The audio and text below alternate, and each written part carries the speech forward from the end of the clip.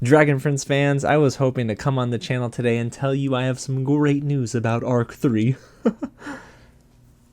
No, instead I'm here to tell you why, after what I just saw, I don't think Arc 3 will be on Netflix. So let's get into it.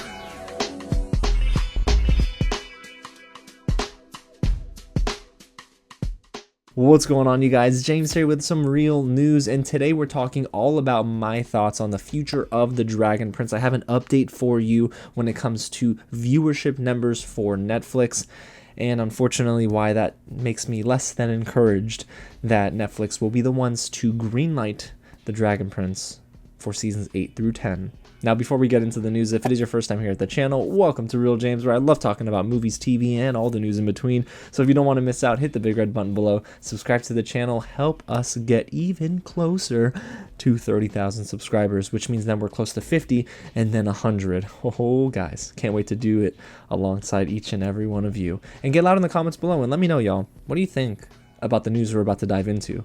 Does it make you feel better? I don't think it will, but if it does somehow, tell me, because wow, I'd be surprised. And hey, like this video if you haven't already.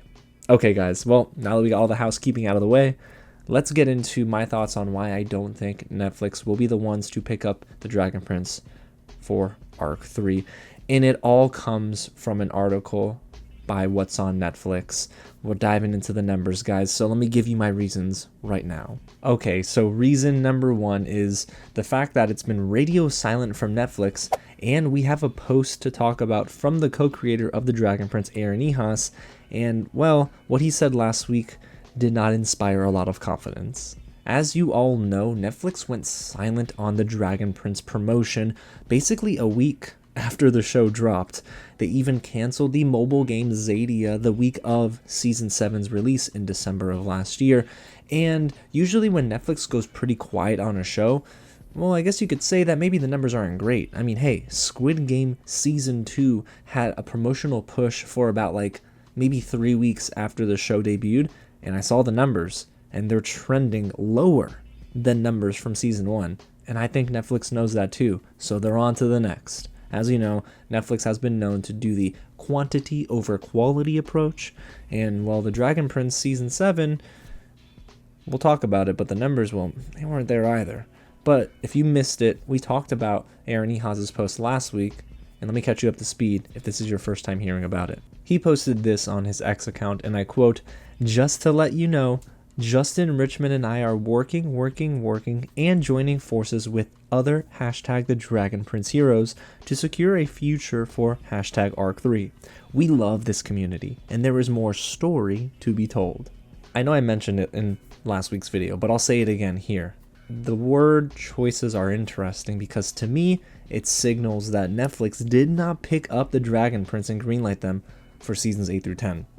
I mean, look, working with others to secure a future. If Netflix picked them up, you wouldn't have to really secure nothing except for the bag, because yeah, you're getting another bag for seasons 8 through 10, but instead, yep, you gotta find a new home, it sounds like, for the Dragon Prince. So yes, I do believe that this show is being shopped around to other streamers and distributors. My top choice is probably still Prime Video, and then maybe Hulu. I saw some of you in the comments tell me Max, so let me know in the comments below what streaming service you would want to see the Dragon Prince end up on. And no, I do not think the Dragon Prince will actually go on cable television. That's not happening. Alright, let's get into another reason why Arc 3 is probably not going to be on Netflix. Netflix viewership numbers. Oh boy. Now, viewership numbers for Netflix and any data associated with that, it's very hard to come across.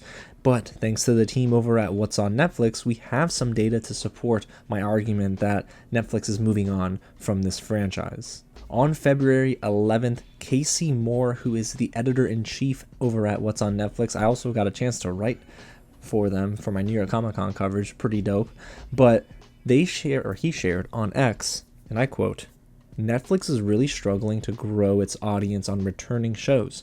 Bridgerton was the only one up season over season at 13%. The Umbrella Academy down 36%.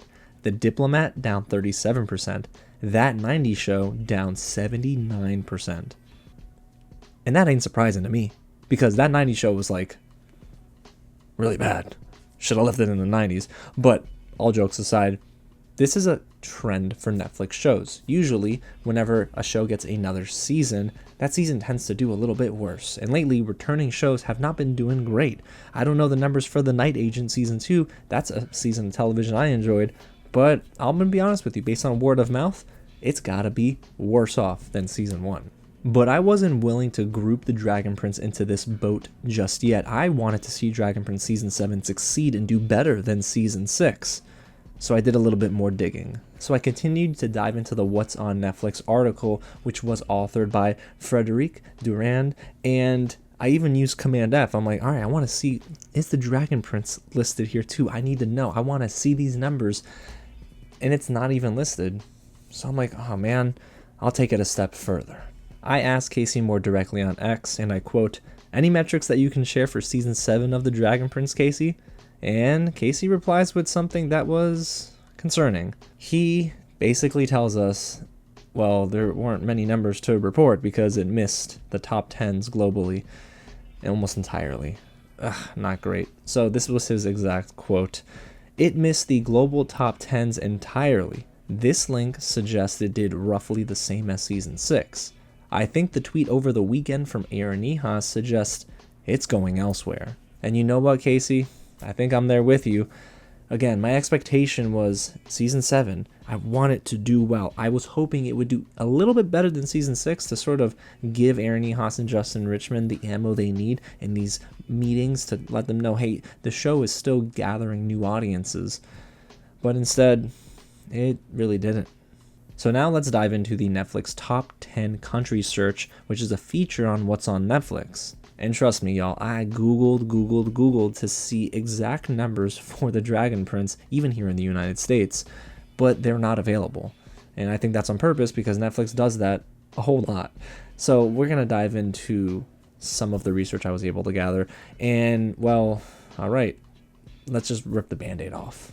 When using this top 10 country search feature, I noticed that Season 7 broke into the top 10 for at least 1 week in the same number of territories that Season 6 did. Now, to my knowledge, this is not including the fact that the Dragon Prince was top 10 in kids, for example. Instead, this is the overall top 10 for a country or territory. So in Season 6, it broke into the top 10s for the Bahamas, Cyprus, Israel, Jamaica, and Trinidad and Tobago. So, by my count, that's 5 countries. Then you got Season 7. Cyprus, Finland, Greece, good job, Israel, and Trinidad and Tobago again. So that's a total of 5 countries or territories. So, not great because you want to see this show break into the global top 10s in many more territories as the show goes on. But Season 6, being what I would say is arguably the strongest season of the series, only broke into 5 territories. Season 7 broke into the same number? Oof. You would think that maybe, just maybe, you'd be able to gather new audiences with the final official season of a series that is as good as The Dragon Prince, but that wasn't the case. In Season 7, The Dragon Prince only broke into 2 new countries in their top 10. However, Season 7 didn't add any new countries or territories. This is definitely concerning, and it goes against what was needed for an Arc 3 renewal, according to Aaron Ehasz at the New York Comic Con panel from last year. And we keep talking about it on the channel. Aaron Ehasz said at the panel that you guys, please support this show. Tell your friends, because in order to get greenlit for Arc 3, these numbers got to go through the roof. But I wasn't satisfied just with a Season 6 and Season 7 comparison. I wanted to go and dive deeper, so I looked at the numbers for Season 5, and that season was in the top 10 for at least 1 week in the following territories. Now, go ahead and start counting with me. Cyprus, Denmark, Finland, Kitos, right? That's a Finnish thing. Greece, Israel, Jamaica, the Maldives, New Zealand, Sweden, and then again, Trinidad and Tobago. Man, Trinidad and Tobago's holding it down for the Dragon Prince. But that's a total of 10 countries or territories for Season 5. And that's a season that a lot of y'all did not like. I mean, that goes to show you that it's possible that the closer we got to the end of Arc 2, audiences, new audiences at least, stopped returning, and instead they started to niche down their audience and demographics. So we get what we got in season 6 to season 7, which is the same number of territories and almost missing the global top 10s entirely. That's not great news, honestly, and that's not good for Arc 3 on Netflix. I'm not saying that's not good for Arc 3 overall, guys. I'm still holding out hope that at San Diego Comic-Con this July, we'll be getting some positive news. But, in my opinion, the dream at Netflix is completely dead in the water. I mean, you would have to be, I don't know, you would have to pull some magic out of your hat here to get Arc 3 on Netflix, especially after these numbers are now available, and they're not good. You know, the numbers are not, they're not great. They're good, they're not great, is what I would say.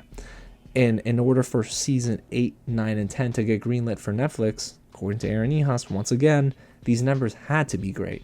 They had to do better than season 6, not just by a little bit, by a lot of bit, which means breaking into new territories, and they just did it in the top 10s, and it's not good. It's not a great sign. But again, that's for the future of the Dragon Prince on Netflix. That doesn't mean the future of the Dragon Prince is totally gone. No, instead, we're still holding out hope. July's almost around the corner. So if you don't want to miss out on my predictions videos before San Diego Comic-Con and all my coverage, heck, we might go live. Hit the big red button below, subscribe to the channel, tap on that bell, like this video, and let me know in the comments below, are you sad? If you are, I'm giving you a virtual hug, because I know this isn't the easiest news to hear, but again, this is only for the Dragon Prince's future at Netflix. I think, it's my opinion, it's not concrete news, it's my opinion, that based on these numbers and based on the wording in Ehasz's post from last week, I do think that Netflix has moved on from the Dragon Prince. But hey, we've got 7 seasons to still go back and rewatch, so hopefully if Dragon Prince leaves Netflix, we still get like physical media copies, because I don't trust Netflix all the way sometimes with shows that end on their platform. I do want a physical copy of seasons 1 through 7. Aaron and Justin, if you're listening to this, can we get physical media for seasons 1 through 7? Can you imagine the artwork? Can you imagine the extras and the special features? Oh, it would be so great. Alrighty, y'all. Well, I'm going to go and get ready for my Love is Blind coverage this week and some more Dragon Prince content down the road. I might do some rankings, guys. I'm excited. Alrighty, y'all. Again, thanks so much for sticking with me, hearing me out. I love y'all. God bless you guys, and I'll catch you at the next screening.